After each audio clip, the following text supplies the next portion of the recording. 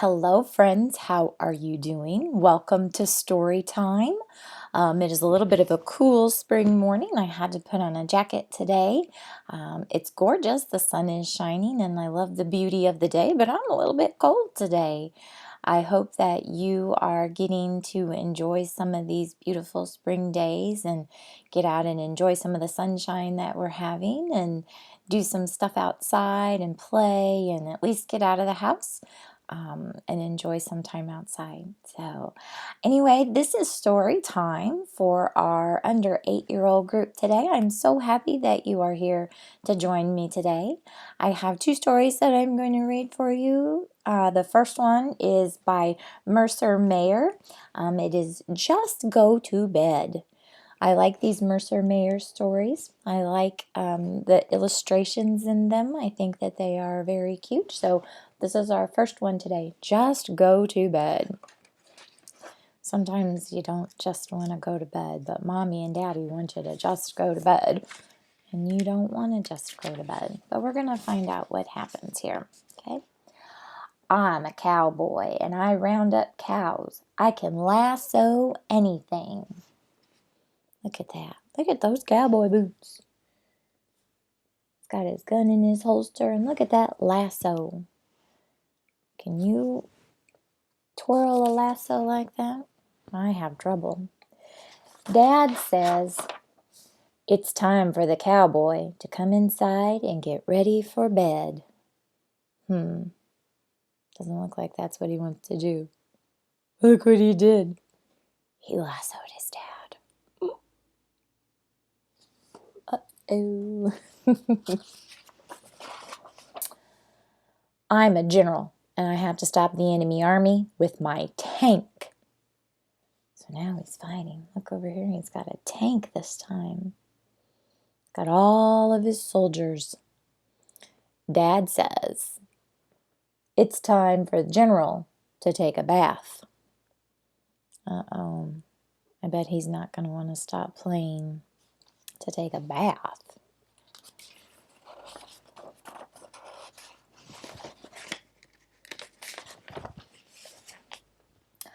I'm a space cadet and I zoom to the moon. I capture a robot with my ray gun. Look, the robot has his arms up. He's got his ray gun. Look at that cool space helmet.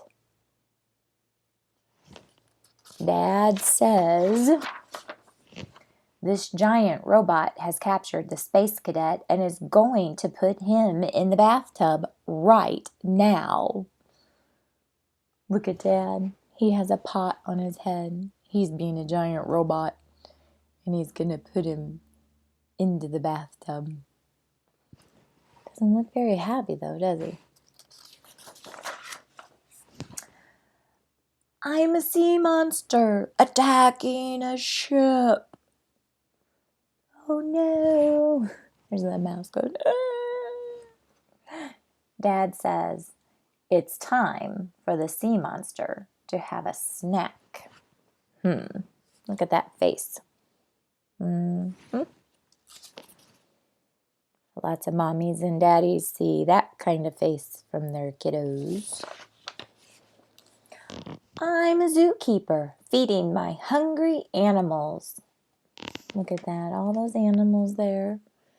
Got a rocking horse and a teddy bear and a stuffed lion.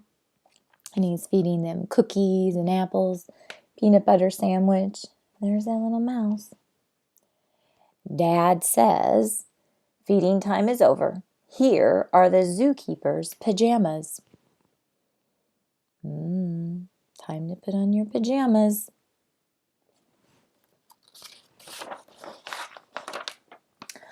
I'm Super Critter, flying over the city. I'm a train engineer, being chased by bandits. Woo woo! Dad says, the bandit chief has caught you, so put on your pajamas.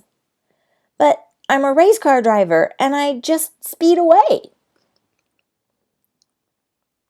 Keeps trying everything to get out of doing all the things that his dad's telling him to do to get ready for bed. Just wants to keep playing. You ever feel like that? You just want to keep playing?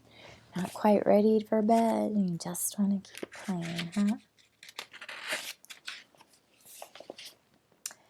Dad says, the race is over. Now put on these pajamas and go to bed.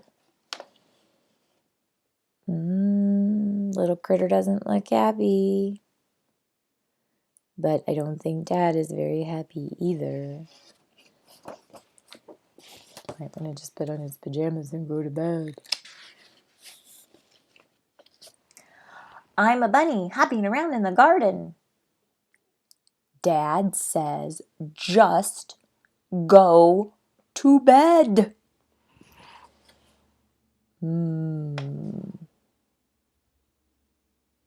Dad is not happy now, is he? Yikes. But I'm a bunny, and bunnies don't sleep in a bed. Mom says, shh. Dad says, go to sleep. Look, even the mouse has his arms crossed and is given a kind of face, right? Even he doesn't want to be in bed. Well, maybe a tired bunny could sleep in a bed. Just this once. So he fell asleep in bed anyway. He didn't want to go to bed, but he tired himself out with all that playing. Mom and Dad probably weren't very happy that it took them so long to get him in bed. Just go to bed. I bet Mom and Dad, or maybe sometimes Grandma or Grandpa or Aunt or Uncle or Big Brother or Big Sister may have to tell you more than once to get to bed. Just go to bed. So it took little critter a while playing before he decided to go to bed, huh? That was fun. The next story I'm going to read to you is called Bigfoot Cinderrrrrella. Cinderrrrrrella. Maybe I said that wrong. Let me emphasize the R's here. Cinderrrrrella. So you probably know the story of Cinderella, right? So she had evil stepsisters and they made her do all the work.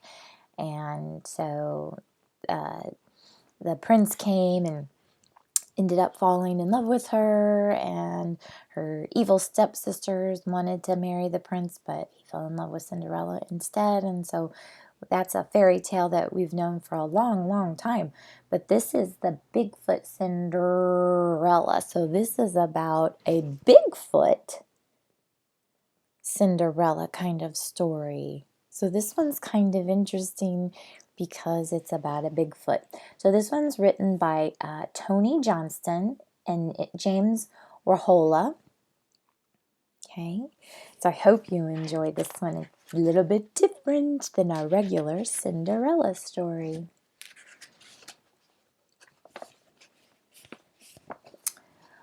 Once upon a time, in the old-growth forest, a band of Bigfoots lived. An enormous snag towered above the other trees close to their camp. Inside its hollow halls of bark lived a dashing Bigfoot prince. He was tall and dark as a Douglas fir, with feet like cedar stumps. He was odoriferous as his tree home was coniferous, and so horrendously hairy that Bigfoot women near and far longed to marry him. So they were saying that he was odoriferous, smelly, as his tree home was coniferous. That means it was an evergreen tree. Look at him. This is the prince. That's the Bigfoot prince. All the other Bigfoot girls wanted to marry him. They thought he was the best. Whenever they saw him lurching along, they blocked his path like deadfalls. They draped wildflowers around themselves. They batted their matted eyelashes to stun him into love. But the prince loved nature best. "No pick flowers," he bellowed at them in a voice as rough as bark. So look at them. They're trying to get his attention. Doesn't even like those flowers. They're putting flowers all in their hair. And he's not interested at all. In this place, there lived a Bigfoot woman and her 3 daughters. Well, really only 2 were hers. The third was a stepchild. The daughters were puny things with dinky feet, almost furless, as Bigfoots go, and as sour as little green berries. They spent their days bathing and picking their teeth with fish bones and sleeking their fur with pine cones. For fun, they threw rocks at spotted owls. The stepdaughter was just the opposite, nearly as woolly as a mammoth, golden as a banana slug, with feet like log canoes. She loved nature and would harm no creature. So here's the mother, and here are her 2 daughters, and here's her stepdaughter. These are the mean ones. Look, they're throwing rocks at that owl. She's over here doing all of the work. Her stepsisters despised her, and they made her work. Although her name was Ella, they roared at her so much that everyone called her Rella.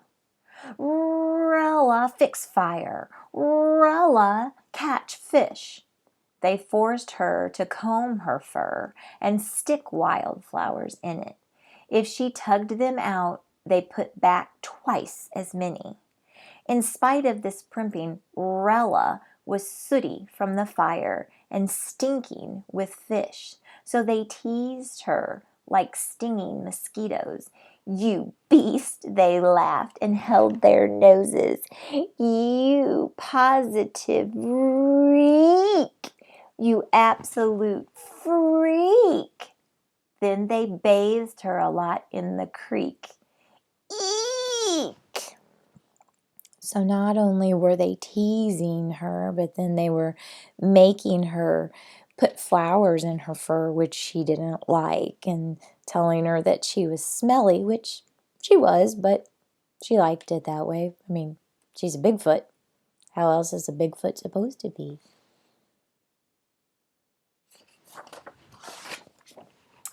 One morning, Rella went to the river to get supper. She fished all day and tossed her catch onto the bank in the silvery pile. Suddenly, a grizzly bear appeared. He seemed hungry. Rella was bigger than the bear, so she could have shooed him away, but she was too kind. She let him have the fish.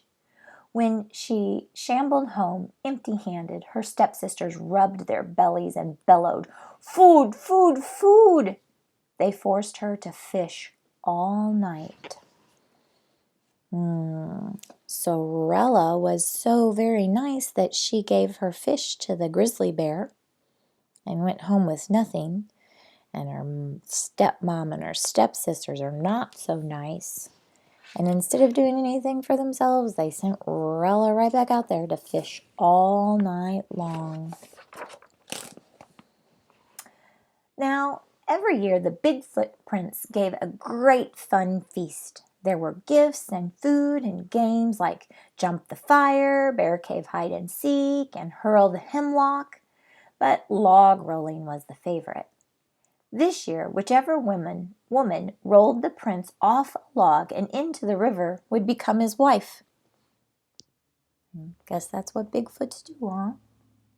Rella's puny sisters hoped to dunk the prince. "When me snag putrid furball prince, me rule whole tree place," yelled the older one. "Me pick all flower," the younger one grinned. Then they bellowed together, "Power, power, power." So they smoothed their pitiful fur, then spruced up with wildflowers, and wearing fine bark clogs to grip the log, they clomped to the festival. Me go too, Rella hollered after them. She adored to sweat and win at games.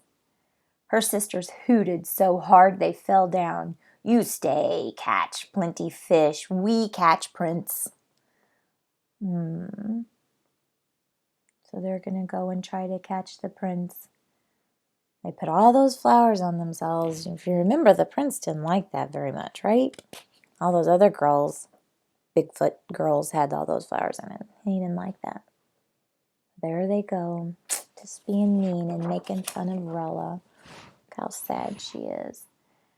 How Rella longed to go. Sadly, she stared at the river. She saw a fish jump. She made a wish on that fish. Me wish go, fun fest. Me wish dunk prince. Heartfelt wish is true wish, growled a gruff voice. And so you go. So look, the bear was looking on in the background. Rella spun around. She was staring at a bear, the very one she had given the fish. Who you? She asked. Me, your berry godfather. Rella was overjoyed, then underjoyed. She mumbled, Me got no bark clogs to keep on log, feet's too big. No be bug brain, snorted her godfather. He swiped the air with a paw, and instantly an enormous pair of clogs appeared. Rella tried them on. They fit perfectly. Then the grizzly waved a paw over her, and poof! The wildflowers she wore were dust. He patted and matted her fur, and it tangled like the very forest floor. So all those icky flowers were out of her fur, and her fur was all matted and tangled up now, not smooth and combed out and nice. It was all yucky, just like a Bigfoot's fur should be. What a wonderful berry godfather. She boomed, thanks, and gave him a crunching hug. Be back sundown, he warned, or you be like sisters, make you. No furry and smelly, but plenty flowery. Rella wasn't worried. She had lots of time. She skipped off, shaking the whole forest as she went. Look at those shoes he made for her. There she goes. Imagine that full forest going boom, boom, boom as she's going through the forest. At the Fun Fest, there were Bigfoot women from every clan. The games had begun. One by one, the women leaped onto a log where the prince crouched ready. One by one, he dumped them into the water. Rella's stepsisters hated games, but to catch the prince, they'd do anything, even give logs a twirl. And they hoped a good drenching might even wash off his stench. But they never even got the chance. When their turn came, the prince saw their wildflower chains and glowered. He tossed them into the water, snarling, No pick flowers. He didn't like that. Didn't even give him a chance. Wow, look at all those Bigfoot women. All of those Bigfoot girls want to be with that Bigfoot prince. That's a lot of Bigfoot girls. The day grew late. Everyone had tried to win. Everyone had failed. The Bigfoot prince rumbled, Rats, no bride. He was about to slouch home when thunk! Rella bounded onto the log, pounding her chest and whooping, Me, donk, prince. Grunting with all her might, she spun the log like a big twig. Then she gave it a twist, and floop! The prince flopped into the river. Oh, look at that. She knocked him right off the log. which in most cases would not seem like a good thing to do, but for a Bigfoot, that was exactly what needed to happen. There was a stunned silence. The Bigfoots were slow-witted, so it took them a while to figure out what had happened. When at last they began to chant, "Bride, bride, bride," the sun was setting. Rella saw that and rushed into the den shrieking, "Eek!" just as her matted fur went sleek and wild flowers began to sprout. The prince lurched from the water, dripping and crushed. His dream woman, shaggy as the forest floor, smelling as fish, and strong, was gone. Scratching his craggy head, he slumped down on a boulder. Drat, drat, drat, he gnashed his mossy teeth. Where my stinking beauty go? Then he saw one big bark clog, hers.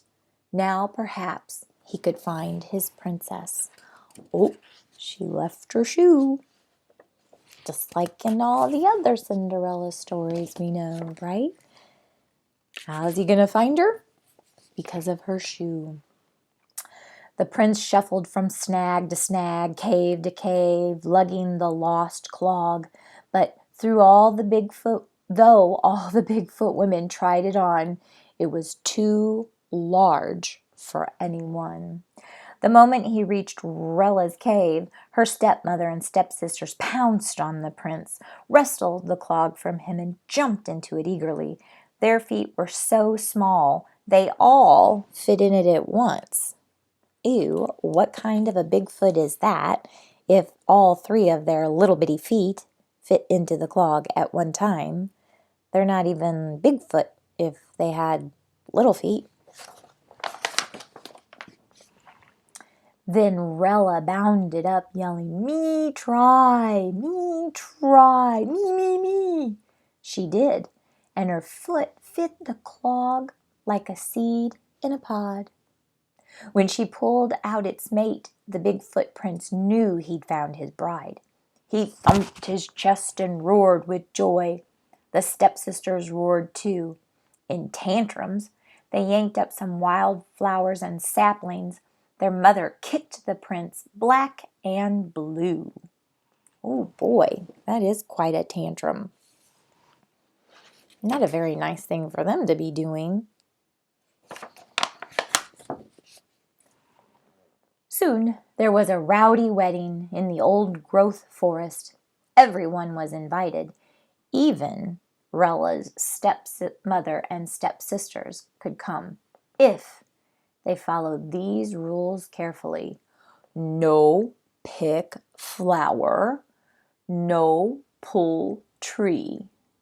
No kick royal family. That's a funny one, isn't it? I like that story of Cinderella. So Bigfoot Cinderrrrrella. I hope you liked that one. That was funny. I hope you enjoyed both of those stories that I read for you today for story time. Come and join me again next time. I'm happy that you were able to be here today, and I look forward to seeing you again. Have a wonderful rest of your day. I'll see you guys next time. Bye.